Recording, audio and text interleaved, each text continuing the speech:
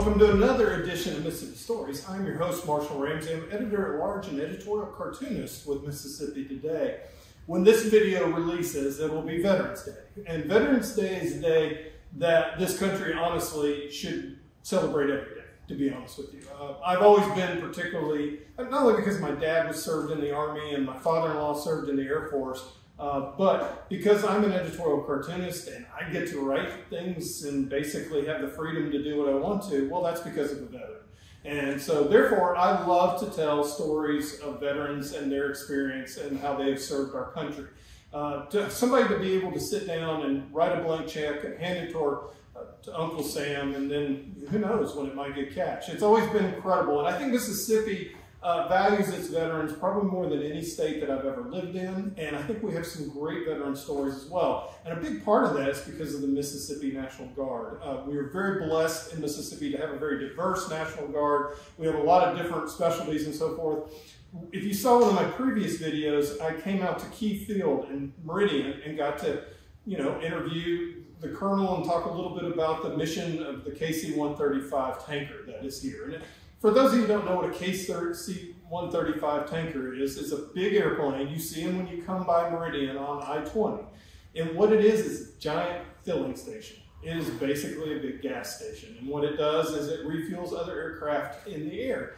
And Mississippi is very fortunate to have a squadron here. And today we're going to tell the story of three family members, three generations, who not only have served our country, but have served in a very specific way.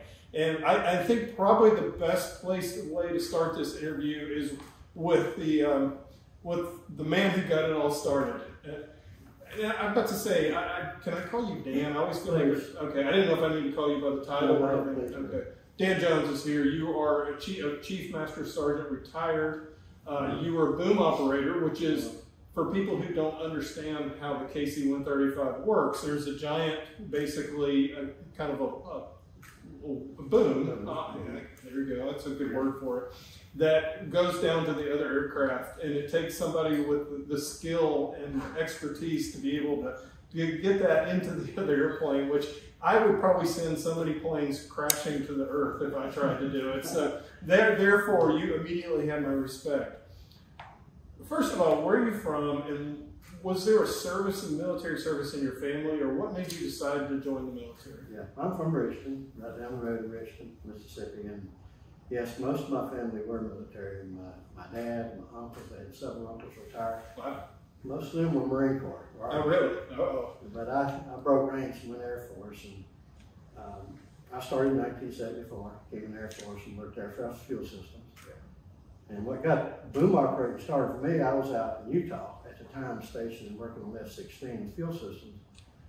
And the Utah Air National Guard, again, the Guard had an incentive flight. And you could go up and watch an Air Refueling Wing. Well, I went out and watched them refuel an F-15 and the B-1 bomber when it was in the test stages. Yeah. I watched them refuel the B-1 bomber, and I came down that day, and I was at the point, 6-year point, either get out, or re-enlist, or go in. And I said, at this point, if I can re-enlist, I'm staying in. I'm staying in as a boom operator. That's back in raw strength. Yeah. And so I went through the process, and of course they sent me directly to Loring Air Force Base, Maine. After I went through there, and it was one of my better assignments, even though I drug my feet going up there the entire time, screaming, I don't want to go to the coal country. But it was a good career. And from that point, it just picked up. I went there and I went with Robbins and ended up making a career out of it. I served 16 out of my 22 years as a boom operator. And I got to culminate my career as a superintendent of the schoolhouse where all the training is done. Wow. And my last year out in Altus Air Force Base. Mm-hmm. At which time, this one was going, he was going to college back here. We were in Okinawa. Yeah. And he was back here going to Jones Junior College. And he decided he didn't like that too good. But he wanted to come in as a boom operator. I'll cut it a little bit short, but in any event, he come in. While I was in Okinawa, we got him going through MEPS and getting through the system, and we reserved him a slot as a boom operator. And as he came through training at Altus, this was my last year. I've been in Okinawa for 4 years and come back to take the schoolhouse, and the chief of the schoolhouse. And he was coming through as a trainee. Now it was kind of awkward because I was the chief of the schoolhouse and here's my son coming through. But I kind of took advantage. We had a young, and I may be going a little deeper than multi right now, but no, that's okay. But anyway, we had a young female instructor. And I said, well, me and the other chief out there, we got together, we're going to sign her as his instructor to do his training. And I went to her and I said, you know, just because I'm here, you're cutting no slack. In fact, I expect you to be a little bit harder on me. And she was. And long story short, he come through his 10 flights, I believe it was, when he got his check ride, got qualified, and then I got to pin on his wings. That's one of my highlights. That is cool. And that was something that you actually, when you were in charge, you started that program. I did. Doing the wings. They didn't have a program and ceremony for that. And so I started that. That's one of the things I started with the chief out there. And I guess to this day it's still going on somewhere. Yeah, because you missed it for your son Scott. You missed his because of COVID. I did. They actually do the wing pin-on ceremony after they graduate fundamentals, which is in Texas now. They don't actually do it at the schoolhouse. So COVID was in place at the time he went through, so I got to watch from a TV screen back home, some of the live streams. But so I hate that I didn't get to do that, but I get to work with him every day here, so it's kind of a good trade-off. He could sense the pride, I would imagine, at that point. Didn't matter where he was. He could have been halfway around the world and he would have known how proud you were on that. Okay, seriously. So your dad's in charge of the school, you're coming through, and he literally, you would think, most people would think, well, I'm going to have it easier. It sounds like that absolutely, you were pushed. But that sounds like that was a good thing. I did, yeah. Pat Brown Davis was her name. She was my instructor, and she was tough on me. She taught me a lot. I mean, just the fundamentals of the job.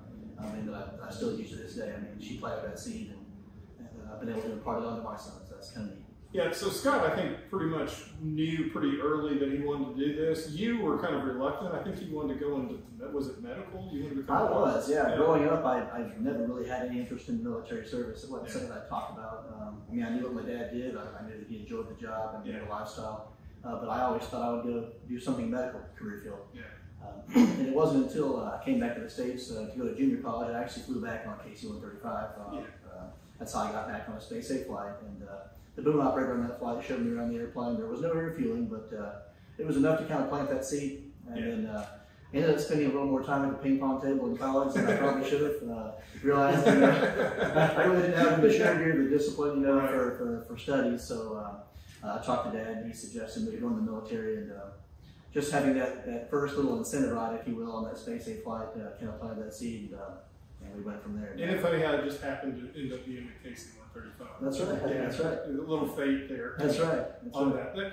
But to say, number one, I know you were incredibly proud that he followed in your footsteps on that too. But you have risen through the ranks yourself now, and like you said, here in Meridian, you're the top guy. Yes, sir. In the boom world. That's right. I spent about 10.5 years active duty before I transitioned back in 2005. Yeah. And in the active duty, of course, people, they PCS every 3 or 4 years. There's a lot of turnaround. So it's a little easier to ascend through the ranks, whereas in the Air National Guard, everyone pretty much homesteads here. No one leaves. So you pretty much know when you come in where you're at on the pecking order, if you will. So it took quite a while to wait for people to retire and leave, but finally, at the 29-year point, I was able to compete for and have been selected, and now the chief crewman of the 153rd Air Refueling Squadron, and just humbled at the opportunity, just by virtue of the Air National Guard and the rank structure and how many people we have. I mean, there was only a couple people competing for the position, and the squadron would have been in great hands, regardless of which way it went. But I was humbled at the opportunity, and I hope to use my position to strengthen the boom and to also strengthen myself as a leader. It may be, I don't know if it's the Sullivan's rule from the the brothers who sank during World War II on the same ship, or they didn't allow people to serve at the same time. Y'all aren't actually allowed to fly at the same time. The family's not allowed to fly on the same flight. But there was actually one flight where he was working and you were riding or something, and you actually got to see him in the other plane. That's right. The P's Air National Guard, they brought a KC-46 down for us to look at and tour because, as you know, we're vying for that aircraft in the state, and we're really optimistic and hopeful that we'll get that. But Scott, my son, he was chosen to do the incentive ride on the KC-46. That's right. Scott flew on the KC-46, and it was actually my first time refueling the 46. So as I made my first plug, I can see my son down there on the receiver looking up at me. Oh man, that was cool. Yeah. That was pretty neat. So. Yeah. So on a scale of 1 to 100, what do you say you're about 1,000 on the pride part? So you see both your son and your grandson, because now Scott's kind of coming up in the ranks. He's a senior airman now at this point. Yeah, and he started pretty young. He wanted to start in high school, didn't he? He did. Yeah. Now, Scott, like I say, from a young age, talked about wanting to be a boom operator. And of course, I always thought it was just one of those things where, he looks up to Dad, talks about wanting to do what he does, but eventually he'll grow up and branch out on his own. But he really never lost that passion. And anytime we would have social gatherings here at the squadron, he took the opportunity to come out here and talk to crew members and learn about what we do. And ultimately culminated him interviewing for and being selected as a boom as he was graduating high school. So. That's great, because I guess you both could give him advice about what to expect. That's for sure. A little bit. When it comes to third generation, you can't be more proud. Of course, as parents, you being a parent, and you want something better for your kids, right? And you want them to do better than what we did. Yeah. And I think that mission is accomplished with this one. He has. I think he's got way more flying hours than I had. Later on, I had a lot of flying hours in the desk. Because when you make chief, as he'll attest to, you do less flying and more business. But anyway, you want your children to do better, and I'm very proud of what he's done. And then Scott, having a grandson, it's a boom operator calling me Papa. I thought I had the ultimate cliff notes with a dad doing it. My son's got 2 people to bounce things off of. So when y'all get together, like say for Thanksgiving coming up, hopefully he'll be home for Thanksgiving. I will, yes. So I hope he's home. Do y'all sit down and say, no, I'm the best one. I'm the best one. I think we're all A-type personalities. I mean, we get together, for just for whatever, family gatherings, holidays.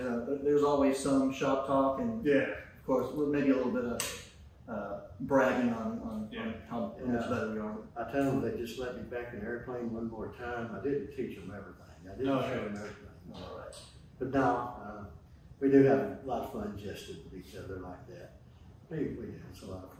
And hopefully we get to do that Thanksgiving. Yeah, that would be great. And like I said, and I don't think a lot of people here in Mississippi understand how, y'all really have been in the thick of everything, particularly lately. It seems like every time I come by, there's like 1 or 2 planes on the tarmac. Y'all are busy right now. That's right. Doing that. But when I grew up and, after Vietnam, the National Guard was a different thing. And then I remember the Gulf War happened, and suddenly the Pentagon said, oh, we need to use the National Guard to fill some holes and everything, and all my friends were going to Kuwait, over it. But the mission of the Guard has totally changed now, and it's like a huge part of the active force. So, the KC-135 is really, for an older airplane, is really a good platform and really does a great job. So, tell us a little bit about some of the, you can't give us too many details, but some of the missions that y'all have been doing. Yeah, sure. Of course, as you alluded to, the primary mission of the KC-135 is air refueling, but we actually have a very robust cargo mission. We can haul passengers. We can even equip the aircraft with litters and do an air medical mission. Or we can just do a roll and do a combination of those. So we may be doing refueling missions or haul like cargo somewhere. We have missions basically worldwide going on right now, if you will, from Europe to Asia. And it's a good day to be a boom because we've got about all but 4 on some type of permanent order right now, doing missions around the globe. To me, it's amazing. And knowing that all 3 of you have served of course, in the military, which is incredible to have that family tradition, but also the fact that you're doing it's pretty much the same job. That's right. Yeah, there's very unique. I've known a couple of father-son tandems in the Air Force boom operator, but I don't think there's ever been a 3rd-generation boom operator. I think we're probably the only ones right now. That's what I can think of. We talk about things we do, it's different. You and I was talking about earlier about the water wagon, about the A-models. And time for water to run out, a minute and 10 seconds. And 10 seconds, the water's about to run out, and you don't know if you're going to stay airborne or not on them heavy ones. And then I flew with a navigator. Yeah. I never flew without a navigator. Scott has never flown with one. That's right. And that's how and you did a couple of times, didn't you? So I got in 95 and I flew with Navigator until about 2001 when we had the Pacer Pack conversion. One of the many upgrades to the tanker. Now, of course, course, many upgrades over the years, but pretty much all goes to the front end. Nice glass cockpit now, nice new engines, but still 1950s technology back in the boom pod. So Dad could jump in the seat right now, same analog gauges, same round dials, same rheostat switches that he flew with, you know, back in the 80s, 90s. Yeah, really the back end where the boom operator lies, other than some padding, which you were teasing about a little bit. It's a little more comfortable now at this point, but it's really the same process as it was back in the 50s and 60s and 70s. It is. Yeah. I went out there the other day. It's just fall right back into it. Yeah. Yeah, just grab a checklist, and you know what you don't remember from your college, it's good. But yeah, I think now they use a calculator to do the weight and balance. And then at one time we had what we call a slip stick. Yeah. You slipped out, so I give him one. I actually had two. Give one. I give Scott one the other day. Oh, that's cool. They both have something to remember to go and battle from. That is He told me when he gave it to me at his retirement, actually, yeah. that he had two conditions of giving it to me. First, I had to find out what it was, and the second, I had to demonstrate to him at some point how to operate it. And as of yet, I have not found an old head who can remember how to do it. So I've let him down on that one. I heard a great interview. Scott was talking a little bit about the thing that he loves with the military is, in particularly being with the squadrons, he gets to actually see the world. He gets to do a lot of travel. I mean, that's been a real perk, hasn't it? That's right. And that was actually one of the main perks for him in becoming a boom operator. And of course, the state would have it. You know, he's unavailable today because he's doing the mission today. He's up in Maine and flying coordinate missions over the Atlantic. It's really cool getting to sit back and, you know, I may not be able to fly with him, but you get to see him kind of perfecting his craft and just living out his dream of, you know, putting the uniform on and traveling like he always wanted to do. And that's got to make you proud too, to see your son serious and focused. And I mean, I'm the same way. Whenever I see my kids today, it's like, oh, okay, wow. Absolutely, yeah. Thank goodness, in my case, they take after their mother, so there's really hope for them. That's right. That's right. Yeah, I mean, and they look like her too, so they have hope. I'm sure there's not many people from his graduating class, you know, that either have top security clearances or that are actually serving, you know, and doing the type of work he's doing at such a young age. It makes me proud. I bet, like, if he goes to like a high school reunion, you pull out his phone and show videos. Oh, absolutely. It's not every day that you can say, oh, you know, I refueled it too. No, it's funny you mentioned that because quite literally yesterday he sent me pictures of F-35 refuelings that he's doing right now. Oh, right. So yeah, well, that's the new fighter. That's right. Yeah, the new stuff. The new, I guess it's doing all kinds of things, the A, B, and C models. Yes, so it's pretty incredible. You know, you're talking about the plane and the water injection. My father-in-law, when he was in Vietnam, they were in Thailand is where they were taking off from. And he said that they just prayed. They used like 11,000 feet of the 10,000-foot runway to get off every time. So I know the new engines are definitely welcome because they definitely have a lot more power now. Yeah, when you see that 1,000-foot remaining marker go by, your pucker probably gets up pretty. You're like, oh yeah, that's right. We're in a flying gas can. So this is not a good thing. So.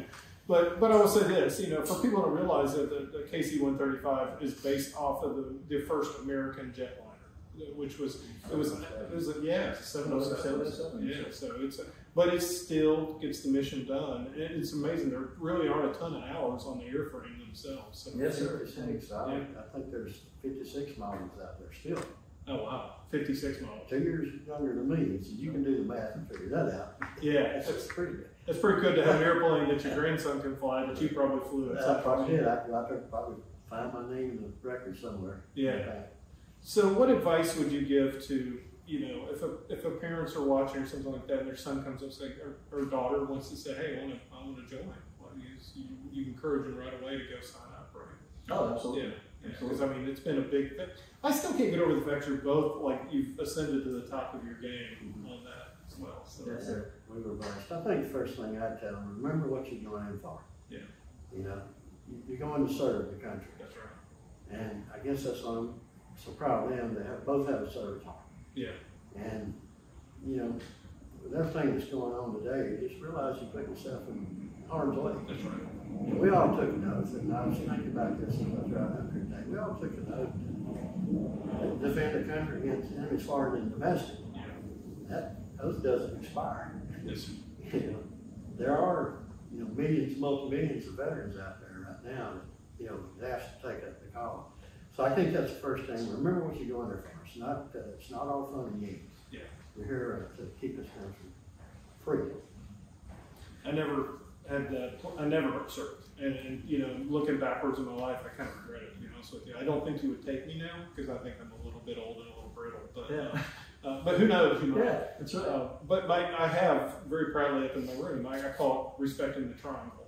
I've got my dad's flag off his coffin on that. And, you know, he served in the army. You know, and he was an Austrian. He basically sat and insulted the Soviets. So he said, I drank beer, played football, and insulted the Soviets. And so that was his thing. So he was very lucky. Instead of going to Korea, he ended up going over there. So, but on that. But I mean, I definitely respect the service of both of y'all and for our country. And man, Scott too. Just like I said, I hate that he can't be here, but I totally get what he's doing right now.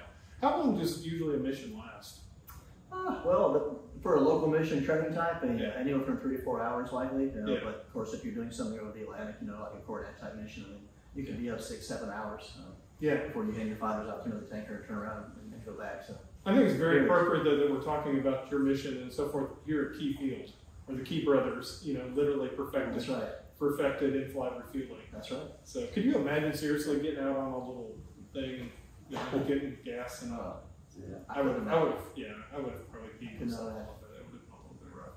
Anything that I haven't touched on, because I'm going to be honest with you, I feel like there's so much. I mean, like I said, you were head of the school. I mean, you were a legend in the field. And you probably wouldn't say that because you seem to be fairly modest. But yeah, I mean, you rose to the top of the top. I think it was a blessing in that time that when Air Training Command, Altus, all the tanker training used to be at Castle Air Force Base, California, when I went there. When they moved the training to Altus, they had the C5s and the newer ones now, it's the C-17. They were there. And the 141s had already retired, so not only did they have boom operators, they had load masters and flight engineers that flew in those aircraft. And I think one of the things I was surprised about, they got to pull all of the enlisted aviators together into one big group and just make the camaraderie so much better. Yeah. Not only did we have all the boom operators, now we had the load masters and the flight engineers, and that was one thing I enjoyed the most about my last year. And that was a combination of a good career. It's a good way to end and go start doing something else. Yeah, but to say, that had to be, I mean, did you drive everybody crazy the first year you were retired? I know my dad retired 4 times, and he literally would go back to work. So I can still recall, I'm a financial advisor now. I went into working as a financial advisor. And I'd people make appointments with you. Yeah. Well, not only would they not show up, but they wouldn't call and tell you where to come. Yeah. And I had an older lady who was a family friend. She was my office manager. And I said, what's going on? I just get so mad. She says, listen. And she, at the time, I was 41, 42, and she was 60, 61. Yeah. And she said, listen, people ain't gonna march to the beach. You're not in the military anymore. You mean I can't court martial them? Come on. You're just going to have to adjust to it. Yeah. I mean, but the structure and the discipline is what I miss so much. That was the hardest thing I can mention to adjust to. And it took a while. Honestly, it took a while to adjust to not having the structure. Yeah. And people didn't have the same priorities that I had when I set up a meeting. I expect you to be there. Well, you're a civilian now. That don't work. So that was the hardest adjustment. Was it tough growing up with a dad that expected you to, to follow the discipline? It really wasn't too bad. I mean, like I said, I got to see Dad do the job, and I really enjoyed the lifestyle and whatnot. And he was always very good about balancing work and home. Yeah. And ran a tight ship at home, but I think it was for the better. Which is the great thing. You obviously are very good about balancing work and home too, because you're about to head to go have Thanksgiving dinner. That's right. That's right. That's pretty awesome. That's right. So, both of you, I just want to thank you for taking the time on this. Like I said, and I wish Scott could be here. Of course, I know you'd love to see him too, but I'm proud of him for him out there getting the job done and protecting our country. Absolutely. And like I said, for people to understand, like I said, these airplanes couldn't make it over to Europe or couldn't make it to Guam, or they couldn't make it anywhere else without what y'all do. I mean, you literally are a very important part of all the airplanes that you fly around. Absolutely. It was really neat. If anybody saw it's been a couple months ago when you did the fly around with the C-17. Flight, absolutely. Yeah, that was fantastic. That was really cool. And it wasn't something that I volunteered for, or just kind of by chance fell in my lap. You know, that I got to fly on that. But I did with our family history. I thought it was really special for me to be able to do I thought so that. too. Yes. Yeah, that was great. And so for if people missed it, of course, the 172nd is over in Jackson, and they fly the C-17, and y'all flew pretty much all around Mississippi and down toward the Gulf Coast, and then also too, you went up toward Arkansas. Up into Arkansas, Louisiana, hit several landmarks along the way, and I got to showcase the tanker. You know, that was obviously in unison with a bunch of other tankers and guard units across the nation that were participating. It was great. I was able to do a painting of it, which was really neat. Yes, sir. On that, because I looked up and I was like, oh wow, took a picture of it and tried to paint it. So yes, sir. It was really neat. It was awesome. Well, gentlemen, thank you so much. Thank you, A, for your service to the country, and I mean that sincerely. And thank you for taking the time, too, to do this. This has been great. Thank you. It's good to meet you, by the way. Good to meet you. Yeah, big fan of this guy. Just I met you the last time I was here, and yes, of course, sir. you know and I know the great work that you do here at the base as well. So thank congratulations, like I said, on your career going in the right direction. I appreciate it. Thank you so much. And you're flying that desk now. So yes, sir. Yes, sir. The flight is a little bit less these days. But but you still can get up there. That's right. That's right. Yes, sir. And thank you for coming out and taking time to do this. I just want to make sure people got to hear your story. I think it's very impressive and important. I want people to share. Good time. Thank you. Thank you. Appreciate it. Hey, thank you for watching too. And if you'd like to see some other past episodes of Mississippi Stories, you can go to, of course, MississippiToday.org. You can also see some okay cartoons. They're fine. Anyway, if you like this or any other episodes, make sure you hit the little bell and ring the bell on the YouTube. We'll be back next week with another edition of Mississippi Stories. We love to tell Mississippi stories, and we love the fact that you're watching. Thank you.